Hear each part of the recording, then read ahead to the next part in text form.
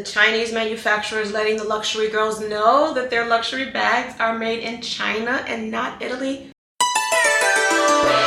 was not on my 2025 bingo card. But since we're here, let's discuss. I am in the fashion industry. I have been a stylist for over 15 years, so I know the real tea about what's happening with the Chinese manufacturers. So let's get into some tea, honey.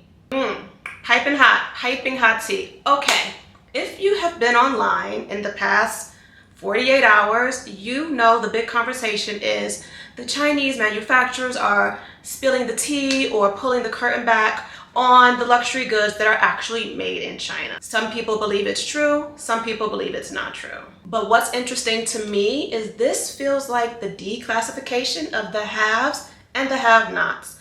What do I mean by that? You've got the dupe girlies on one side saying, gotcha, we're just like you. And you've got the authentic girlies on the other side saying, it's not true. And that's the most fascinating part about this whole story, but we'll get back to that. First, let's get into how or if it's true that luxury items are in fact made in China. And everything I'm gonna say will be allegedly, because I only work in the fashion industry. I don't know everything. Clock it. Okay, this is quite funny to me. I'm gonna stop laughing because the girls are crashing out, and I don't want to make fun of anyone's misery, but the girls are crashing out. And this is not something to crash out about, in my opinion. I believe that anyone who's crashing out or feels like this has to be a lie and trying to defend the fact that their luxury purchase is better or different than anyone else's luxury purchase, that's a different conversation, and that's just a person wanting to feel elite because they can afford things that people can't.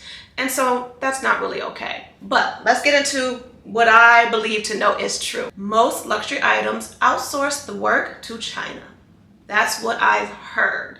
So what that means is, even though they're saying that the bag is made in Italy or France, and that may be the tag, 80% of that bag is probably made in China, and then it's sent over to Italy or France for the final touches. That would be the 20%, and that is what classifies it as either made in Italy or made in France. Now here's the most important part. Just because it's made in China doesn't mean the work is not exquisite, because it is. So we need to destigmatize the fact that we think made in China means it's not high quality, it's less than, or it's just not great craftsmanship. That's untrue. So the 20% that is made in Italy or France will usually consist of putting on the designer label and maybe some little finishing touches. But why is this so important? I think if someone is spending $5,000 on a handbag that says made in Italy, they believe it's made 100% in Italy. And since there's such a negative connotation with being made in China, no one wants to feel associated with that. But with the high demand of luxury goods, it would be almost impossible to have everything manufactured in Italy or France. They need to outsource somewhere. So where does the conversation of dupes come into play? There is a major difference between a dupe and a high-end rep. Think of it like this. The Chinese manufacturers who are making the luxury bags will obviously have material left over, allegedly. Material may get lost, allegedly. So they may have access to the same exact leather, allegedly. And with that same exact leather, they are able to allegedly make non-branded bags that look exactly like the ones they have just shipped off to Italy. And they can sell those bags for a fraction of the cost. That makes it a high-end rep. Whereas a dupe is something that you might see on Canal Street, or if you live in LA, the alley. They will never pass as the real thing. If you get up close and personal to it, you can easily see the stitching will be off. Something will be funky with the way the logos line up. The lining won't be correct. There will be clues. However, a high-end rep is unclockable, baby. Unclockable.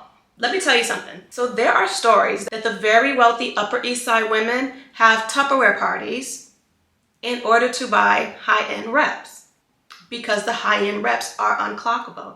And high-end reps are not cheap. Let's be very clear. A high-end rep is going to cost you upwards of $1,000, whereas you can buy a dupe for maybe $30 or $50. So the DH Gate girlies feeling like it's a got you moment, it's not the same material. You would have had to spend upwards of $1,000 for that high-end rep.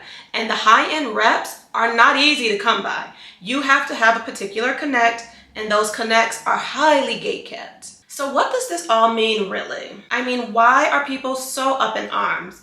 My theory is that if you are an authentic person and have spent $5,000 on a bag and this bothers you, I'm going to take a guess. I could be wrong, but I'm going to say it's because there may be a little part of you that felt a little superior to the people who couldn't afford the $5,000 bag. And then the girls who bought the reps for like $50, they're feeling like, yeah, I'm gonna knock you off your high horse because we have the same bag, when that's not true. But what's even funnier about the whole thing is while the dupe girlies are fighting with the luxury girlies, those of us in the fashion industry, we're just sitting back with our tea, clocking all of it and just, I don't know why this is so funny to us.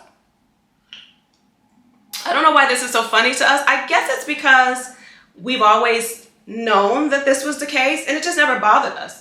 It doesn't mean the quality isn't there. It doesn't mean it's less of a designer brand or a luxury item because it's made in China. It just means the people in China know how to craft the bag.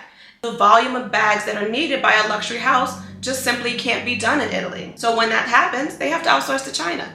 There's nothing wrong with that. It's just that there's such a stigma on Chinese-made items. Everybody thinks made in China means horrible or a dupe. Now, what does this mean for you moving forward with your luxury purchases? Should you still buy authentic? Or are you of the sentiment of, well, since it's all made in the same place, I'll just try to find the links and buy it direct from the Chinese manufacturer? I can only speak for me personally. Even with this information, I still only buy authentic. I'm not a dupe girly. I've never been a dupe girly. I don't have links. I don't know where the links are. None of my clients buy dupes. I do know a lot of celebrities who do buy dupes. As a matter of fact, what's even more interesting, it's a side quest conversation, is the wealthier you are, the less inclined you are to have a visible logo or to even buy an authentic item. For example, and when I mean wealthy, I am talking about the difference between millionaires and billionaires, because I have billionaire clients. The billionaire clients want no parts of anything that's branded. Zero parts of it. The millionaire clients, however, want people to know what they're buying. They want to have that Chanel bag. They want to have that Birkin bag. Billionaire clients wouldn't be caught dead with a Birkin bag. Absolutely not. Don't even bring it up. I brought up a Birkin bag one day to a client. She almost fired my ass. She was so appalled. Like, what? So I don't know what that's about. Actually, I do. I think it's because once the commoners had access to it, now the billionaires and the super wealthy elites don't want it anymore. So now they've moved into quiet luxury, no branding, and let the show-offs wear all the logos or all the branded items. I mean, my billionaire clients won't even carry a Chanel bag because it has CCs on it. When I say zero branding, I mean zero branding. Another side quest conversation about billionaires, I know I'm going off topic, we will get back, but another side quest conversation is that they don't drive expensive cars, not the ones I've seen, and they drive. They have drivers, but they also drive themselves, and when they drive themselves, they're not driving anything that's more than a $50,000 car. Definitely not driving any G-Wagons or Ferraris, Lamborghinis, any of that. No. It is less than a $40,000 car. The richer the client is, the cheaper their car is. That is so fascinating to me. Okay, enough of the side quest conversations. Back to the topic of hand of Chinese manufacturers and what that means as a luxury buyer. I want you to do something for me. In front of you, you see the most amazing luxury bag that you have been wanting for a year. And you finally made the purchase. It was a $7,000 bag, and you are so in love with this bag. Now close your eyes and imagine opening that bag and seeing the tag inside saying, made in China. Do you still love the bag as much? Do you still want that bag? So if you're telling me you no longer want this bag because it says made in China, then are you buying the bag because you truly love it? Or are you buying the bag for validation? That's a real question, and I'm not trying to be funny, because a lot of people do that. A lot of us do that. I'm not going to exclude myself from that. And on the flip side, for the DH gate girlies, now that you feel like your bags are the same as the luxury girlies, why does that make you feel like it's a got you moment? And the same question applies to you. Did you buy the dupe because you really love the bag and just couldn't afford it, or you don't really care that much and didn't want to spend your money on the authentic bag? Or did you buy it so people can think it's real because you also need public validation? I mean, public validation works both ways. And with this news coming out, I don't think this will affect the luxury market in any way, shape, or form. Anyone who's buying branded luxury items will continue to do so because they're buying it for the fact that it's the brand. They don't care where it's made, and they won't buy dupes. But I do think we are breaking the fourth wall on what it means to feel elite for having very expensive things that you feel no one else has access to. Because truth be told, people have access to it. Only difference is one person is spending $5,000, the other person is spending $1,000. But the point of it all is you should buy things because you absolutely love it. And another thing we need to debunk is luxury bags are an investment. They are not an investment. Listen to me loud and clear. Unless you are never wearing that bag, you're never unboxing that bag, you keep it pristine in the box with all the tags, everything, all the bells and whistles, it's not an investment. Once you wear it, you will not get the same amount of money for it. You can sell it, yes you can, but you won't get the same amount. The only time you're gonna make a ton of money on like a Birkin bag is when you're a Birkin flipper. So you go into the boutique, you buy the bag for $11,000, and then you're able to sell it for $18,000 right out of the box. You've never worn it, you've never even unboxed it.